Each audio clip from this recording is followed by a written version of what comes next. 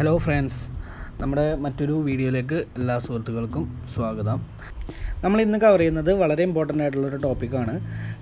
നമുക്ക് സ്വന്തമായിട്ടൊരു വെബ്സൈറ്റ് ഉണ്ടെങ്കിൽ നമ്മൾ വളരെ ബേസിക്കായിട്ട് ചെയ്യേണ്ട ഒരു കാര്യമാണ് നമ്മുടെ വെബ്സൈറ്റിൻ്റെ ബാക്കപ്പ് എടുത്ത് വെക്കുക എന്നുള്ളത്.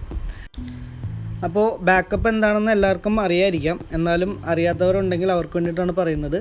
ബാക്കപ്പ് എന്ന് പറഞ്ഞാൽ, ഫോർ എക്സാമ്പിൾ പറയുകയാണെങ്കിൽ നമ്മുടെ വെബ്സൈറ്റിൻ്റെ കാര്യം എടുക്കുക.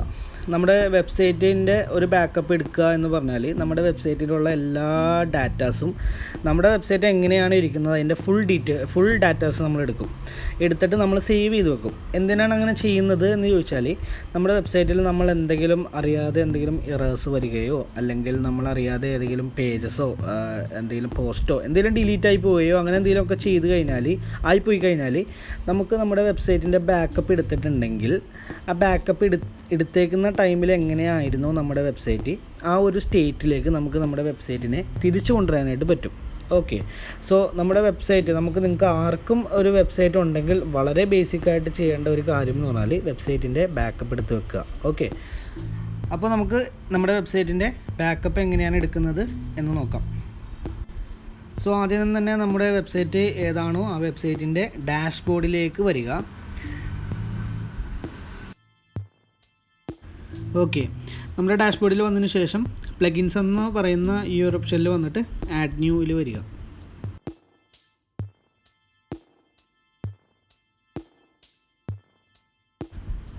നമ്മുടെ ഇവിടെ ഈ റൈറ്റ് സൈഡിൽ കാണുന്ന ഈ സെർച്ച് കോളത്തിൽ അപ്ഡ്രാഫ്റ്റ് പ്ലസ് എന്ന് പറയുന്ന ഒരു പ്ലഗിനാണ് നമ്മൾ ഈ ബാക്കപ്പിന് വേണ്ടിയിട്ട് യൂസ് ചെയ്യുന്നത്. അപ്പോൾ ആ ഒരു പ്ലഗിൻ നമ്മളിവിടെ സെർച്ച് ചെയ്യുക. ഈ കാണുന്ന പ്ലഗിനാണ് നമ്മൾ ഇൻസ്റ്റാൾ ചെയ്യുന്നത്.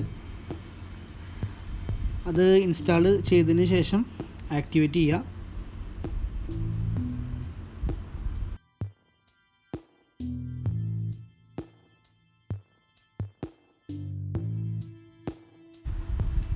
ഓക്കെ, നമ്മുടെ പ്ലഗിൻ ആക്ടിവേറ്റ് ആയിട്ടുണ്ട്.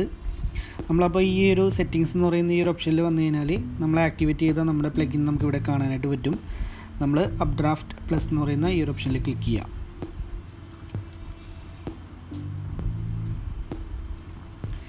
ഓക്കെ, സോ ഇങ്ങനെ ഒരു പേജായിരിക്കും നമുക്ക് വരുന്നത്. നമ്മൾ ബാക്കപ്പ് എന്ന് പറയുന്ന ഈ ഒരു ഓപ്ഷനിൽ വന്നിട്ട് ക്ലിക്ക് ചെയ്യാം.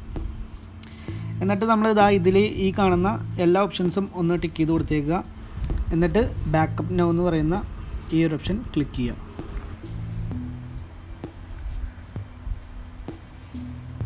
ഓക്കെ, സോ നമ്മുടെ വെബ്സൈറ്റിൻ്റെ ബാക്കപ്പ് ഇപ്പോൾ എടുത്തുകൊണ്ടിരിക്കുകയാണ്. ഈ ഒരു പ്രോസസ്സ് എന്ന് പറഞ്ഞാൽ മിനിമം ഒരു 10 മിനിറ്റ് 15 മിനിറ്റോളം മിനിമം എടുക്കും.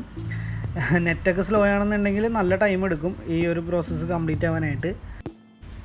പിന്നെ വേറെ ഒരു കാര്യം പറയാനാണെങ്കിൽ, ഈ ഒരു ബ്ലൂ കളർ കണ്ടില്ലേ, ഇത് നമ്മൾ വിചാരിക്കുന്നത് ഓക്കെ ഇത് ഫുള്ളാവുമ്പോൾ നമ്മുടെ ബാക്കപ്പ് കംപ്ലീറ്റ് ആവുമെന്നാണ് നമ്മൾ വിചാരിക്കുക.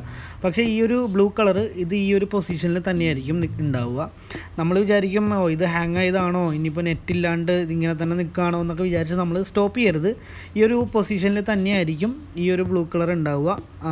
അതിപ്പോൾ ബാക്കപ്പ് കഴിഞ്ഞാൽ മാത്രമേ അത് ഫുള്ളായിട്ട് കാണിക്കുകയുള്ളൂ. ഈ ഒരു പൊസിഷനിൽ തന്നെ ആയിരിക്കും ഉണ്ടാവുക. സോ അതിൽ കൺഫ്യൂസ്ഡ് ആവരുത് ആരും. നമ്മൾ മാക്സിമം വെയിറ്റ് ചെയ്യുക. ഒരു 10-15 മിനിറ്റ് എന്തായാലും ഈ ബാക്കപ്പ് എടുക്കാനായിട്ട് സമയമെടുക്കും.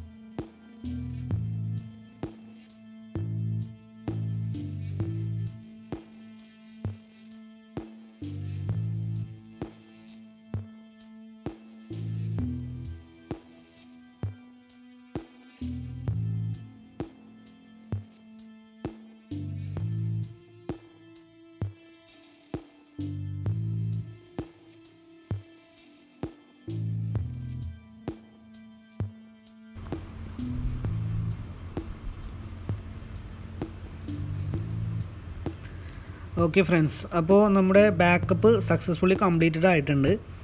ഇനിയിപ്പോൾ നമ്മളൊന്ന് സ്ക്രോൾ ചെയ്ത് നോക്കിക്കഴിഞ്ഞാൽ, സ്ക്രോൾ ചെയ്ത് ഒന്ന് തൊട്ടടിയിൽ വന്നു കഴിഞ്ഞാൽ നമുക്കിവിടെ കാണാം. കണ്ടോ, നമ്മൾ ഈ ബാക്കപ്പ് എടുത്തേക്കുന്ന ഡേറ്റ്, എന്തൊക്കെയാണ് ബാക്കപ്പ് എടുത്തേക്കുന്നത്, നമ്മുടെ വെബ്സൈറ്റിൻ്റെ ഫുൾ ഡീറ്റെയിൽസാണ് നമ്മൾ എടുത്തേക്കുന്നത് ബാക്കപ്പായിട്ട്. അപ്പോൾ നമുക്കിവിടെ കാണാം database, plugins, themes, uploads, others, അങ്ങനെയുള്ള എല്ലാ കാര്യങ്ങളും നമ്മൾ വെബ്സൈറ്റിൻ്റെ ഫുൾ ഡാറ്റാസും നമ്മൾ ബാക്കപ്പ് എടുത്ത് വെച്ചിട്ടുണ്ട്.